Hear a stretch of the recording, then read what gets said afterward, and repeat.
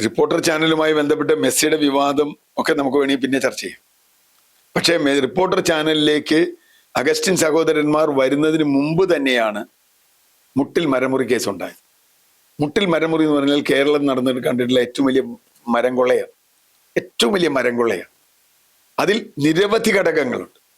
നിരവധി ഘടകങ്ങൾ എന്ന് പറഞ്ഞാൽ ഉന്നതനായ അന്നത്തെ അഡീഷണൽ ചീഫ് സെക്രട്ടറിയുടെ കൂടി കണ്ണീവൻസോടുകൂടി അയാളുടെ കൂടി ഗൂഢമായ ഇടപെടലോടുകൂടി നടന്ന ഒന്നാണ് എന്ന് അന്നും ഇന്നും കരുതുന്ന ഒരാളാണ്. കാരണം കുറച്ച് ദിവസത്തേക്ക് മാത്രമുള്ള ഒരു ഉത്തരവ് വരുന്നു. ആ ഉത്തരവ് തന്നെ കൺഫ്യൂസിംഗ് ആയ ഉത്തരവാണ്. ആ കൺഫ്യൂസിംഗ് ഉത്തരവ് നിയമവിരുദ്ധമാണ്. അതിനു മുമ്പുള്ള സർക്കാരിന്റെ തീരുമാനത്തിനെതിരാണ്. പക്ഷേ ആ ഉത്തരവ് വന്ന് കുറച്ച് ദിവസത്തിനകത്ത് 300-400 കോടി രൂപയുടെ മരം വെട്ടി. ആ മരമൊക്കെ വെട്ടി താഴെയിട്ടു. ഈ മരത്തിനൊരു കുഴപ്പമെന്ന് വെച്ചാൽ വധശിക്ഷ നടപ്പാക്കുന്ന പോലെയാണ്. വധശിക്ഷ നടപ്പാക്കാൻ വിധി ഉണ്ടാക്കിയിട്ട് വധശിക്ഷ നടപ്പാക്കിയിട്ട് ആ വിധി തെറ്റായിരുന്നു വല്ലായിരുന്നു. അതുപോലെയാണ് മരം വെട്ടി. ആ മരം അതിന്റെ ഇവർക്ക് ആ മരത്തിന്റെ വില എന്ന് പറഞ്ഞാൽ 300 കോടി എന്ന് പറയുന്നത് അതിന്റെ തടി വിലയാണ്. ഞാനൊരു മരത്തിന് 300 കോടിയല്ല, അതിന്റെ 600 കോടി വിലയുണ്ട്. കാരണം അത് പ്രകൃതിക്ക് നൽകുന്ന സേവനം. അതൊന്നും ഇപ്പോൾ നമ്മൾ കണക്കാക്കേണ്ടെന്ന് വെക്കാം. ഒരു 10 കൊല്ലം അവിടെ നിന്നാൽ അത് ഉണ്ടാക്കുന്ന ഓക്സിജന്റെ വില എത്രയാണ് എന്ന് മാത്രം ആലോചിച്ചാൽ നമുക്ക് കാര്യം മനസ്സിലാവും. അത് ഭൂമിയിലേക്ക് കൊടുക്കുന്ന വെള്ളത്തിന്റെ വില എത്രയാണെന്നൊക്കെ. ഏതായാലും മരം വെട്ടി. ആ മരം വെട്ടിന്ന് അവർ ചെയ്തു എന്ന് മാത്രമല്ല, ഒരുപാട് പേരെ അതിൽ കുറ്റക്കാരാക്കി. ആ പ്രദേശത്തെ ആദിവാസികൾ, കർഷകർ, അവർക്കൊക്കെ കള്ള ഡോക്യുമെന്റ് ഉണ്ടാക്കി. ചിലതൊക്കെ ഇവരുണ്ടാക്കി, ചിലത് അവരെ കൊണ്ട് കള്ളരേഖ പറഞ്ഞ് ഒപ്പിടിച്ച് ഇപ്പൊ അവരൊക്കെ കേസിലെ പ്രതികളാണ്. അവരൊക്കെ പ്രതികളെ പാവപ്പെട്ട മനുഷ്യരാ. അവരോട് പറഞ്ഞു നിങ്ങളുടെ ഈ മരം വെട്ടാം, അല്ലെങ്കിൽ വെട്ടാൻ പാടില്ല എന്ന് വിചാരിച്ചിരുന്ന ഉത്തരവൊക്കെ കാണിച്ചത് ആ വെട്ടാണ്ടോ. അങ്ങനെ അവരുടെ അപേക്ഷ ഇവരെ തന്നെ ഉണ്ടാക്കി വില്ലേജ് ഓഫീസിൽ കൊടുത്ത്, ഫോറസ്റ്റ് ഓഫീസിൽ കൊടുത്ത്, അങ്ങനെ തരികടയൊക്കെ ആയി. വലിയ വിവാദമായ ഒരു കേസ് അവിടെ നിൽക്കുകയാണ്. അതിൽ വ്യാജരേഖ ചമയ്ക്കലുണ്ട്, മരം വെട്ടലുണ്ട്, തെറ്റായ സംഗതികൾ മുഴുവനുണ്ട്, കൈക്കൂലി ഒക്കെ ഉണ്ട്, അമിഴിതിയൊക്കെ ഉണ്ട്. അതവിടെ നിൽക്കുകയാണ്. ഈ പുതിയ കേസ് വന്നത് ചോറ്റാനിക്കര കോടതിയിൽ വന്ന കേസ് വളരെ വിചിത്രമാണ്. ഈ മരം ഇതിൻ്റെ ഒരു ഭാഗം ഇവിടെ കരിമുകൾ എന്ന് പറയുന്ന സ്ഥലത്ത്, എറണാകുളം ജില്ലയിലെ കരിമുകളിൽ കൊണ്ടുകൊടുക്കുന്നു ഇയാൾ.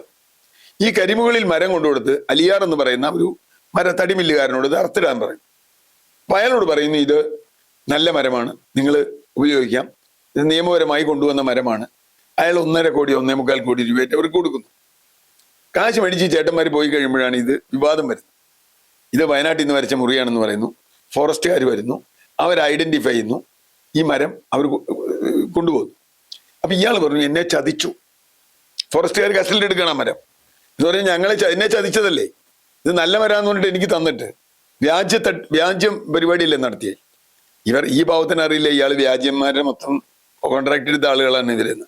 പണ്ട് മാംഗോ ഫോൺ മുതൽ ഇപ്പൊ മെസ്സി വരെ എല്ലാം വ്യാജ്യമാണ്.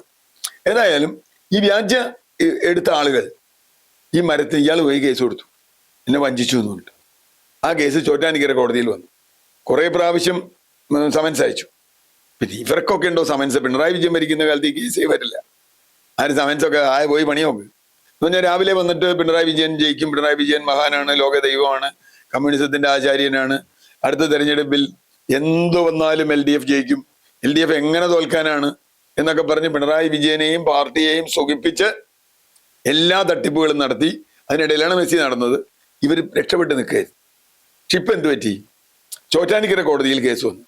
അവസാനം ഈ ചേട്ടന്മാർക്ക് അവിടെ വരേണ്ടി വന്ന് അയ്യോ ഞങ്ങള് വാറണ്ടായി വന്നു കഴിഞ്ഞപ്പോൾ അവർ പറഞ്ഞു കുറ്റപത്രം വായിച്ച് കേൾപ്പിക്കാൻ പോകും. അയ്യോ കുറ്റപത്രം വായിച്ച് കേൾപ്പിക്കരുത്, ഞങ്ങൾക്ക് സമയം വേണം. ഇനി എന്ത് സമയമാണ്? അന്വേഷണം കഴിഞ്ഞ് കുറ്റപത്രമായി. അത്ര ഗംഭീരമായ കോംപ്ലിക്കേറ്റഡ് കേസൊന്നുമില്ല. ഒരുത്തൻ തട്ടിപ്പ് മരം കൊണ്ടുകൊടുത്തു, കാശ് മേടിച്ചു പോയി. ഞങ്ങൾക്ക് അതില്ല. അപ്പൊ അവസാനം കോടതി പറഞ്ഞു അതൊന്നും പറ്റില്ല, കുറ്റപത്രം വായിക്കാം. ഉടനെ അവർ ഹൈക്കോടതി പോയി. ഇന്ന് ഹൈക്കോടതി നിഷ്കരണം തള്ളിക്കളഞ്ഞു. ഹൈക്കോടതി പറഞ്ഞു കുറ്റപത്രം വായിക്കരുത് നേടണമെങ്കിൽ നിങ്ങൾ ആ കോടതിയിൽ പോയി പറയണോ. എന്ത് ഇടപാടാണത്? ഞങ്ങൾക്ക് എന്താ ഇതാ പണി? ഞങ്ങളെന്തിനാ ഇത് നോക്കിയിരിക്കണേ? നിങ്ങൾ ആ കോടതിയോട് പറയല്ലേ, ഞങ്ങളോട് പറഞ്ഞിട്ട് കാര്യമൊന്നുമില്ല. ഞങ്ങൾ ഇതിലൊന്നും ഇടപെടില്ല. കാരണം അങ്ങനെയാണെങ്കിൽ ഓരോ കേസുകളും ഇങ്ങനെ വരുമ്പോൾ അതിലൊക്കെ പോയി ഇടപെട്ട് ഹൈക്കോടതി സ്റ്റേ ചെയ്യും. പിന്നെ വാദം എന്താണെന്നറിയും, മരം കൊള്ള കേസുമായി ബന്ധപ്പെട്ട് അവിടെ വേറെ കേസ് നടക്കുന്നതുകൊണ്ട് അതിന്റെ ഭാഗമാണ് ഇത് എന്നതുകൊണ്ട് ഞങ്ങൾക്ക് അത് തീരുമാനമായിട്ട് ഇത് എടുക്കണമെന്നാ കോടതി പറഞ്ഞു. അത് രണ്ട് കേസല്ലേ. ഈ മരം നിങ്ങൾ ഇയാളുടെ ഒരു വ്യക്തിപരമായ കേസാണ്. ഇയാളെ പറ്റിച്ചാ നിങ്ങൾ. ഇയാളെ ഇന്ന് നുണ പറഞ്ഞ് കാശ് മേടിച്ച് നിങ്ങൾ കൊണ്ടുപോയി. അപ്പൊ ഇയാളോട് നിങ്ങൾ പറഞ്ഞ നുണയല്ലേ? നുണയാണ്. അത് കുറ്റമല്ലേ? കുറ്റാണ്. കാശ് മേടിച്ചതല്ലേ? അങ്ങനെ വന്നാൽ അതിനെന്തൊക്കെ ശിക്ഷയുണ്ടെന്ന് എനിക്കറിയില്ല. അതിപ്പോൾ അതിൻ്റെ വകുപ്പുകൾ മുഴുവൻ നമ്മൾ നോക്കിക്കഴിഞ്ഞാൽ ആ കേസ് നാളെ അല്ലെങ്കിൽ അടുത്ത ദിവസം കുറ്റപത്രം വായിക്കും. കുറ്റപത്രം വായിച്ചാൽ പിന്നെ വിചാരണയാണ്. വിചാരണ വന്നാൽ ഇവർ പെടും. പെടാതിരിക്കാൻ യാതൊരു മാർഗവുമില്ല. ഇവ ഏത് വലിയ വക്കീലിനെ വെച്ചാലും, കാരണം കേസ് വളരെ ലളിതമായ കേസാണ്. തടി ഇവരെ കൊണ്ടുകൊടുത്തു എന്നുള്ള ഉറപ്പാണ്, കാശ് ഇവർക്കാ കൊടുത്തു എന്നുള്ള ഉറപ്പാണ്, ഇവരുടെ തടിയാന്ന് പറഞ്ഞ ഉറപ്പാണ്, ഇവരുടെ തടി കള്ളത്തടിയാണെന്നുള്ളത് ഇപ്പോഴും ഉറപ്പാണ്. പിന്നെന്താ പ്രശ്നം? ഇവർ ശിക്ഷിക്കപ്പെടും. വലിയ ശിക്ഷ ഉണ്ടാവുമെന്ന് എനിക്കറിയില്ല. എന്തായാലും അങ്ങനെ ശിക്ഷിക്കപ്പെടുന്ന ഒരു കേസിൽ ഇപ്പോൾ അതിൻ്റെ മേൽ ഒരു എന്താ പറയുക, അതിൻ്റെ മേൽ ഒരാണി കൂടി അടിച്ച് അത് ഉറപ്പിച്ചിരിക്കുകയാണ് ഇപ്പോൾ ഹൈക്കോടതി ചെയ്തിരിക്കുന്നത്.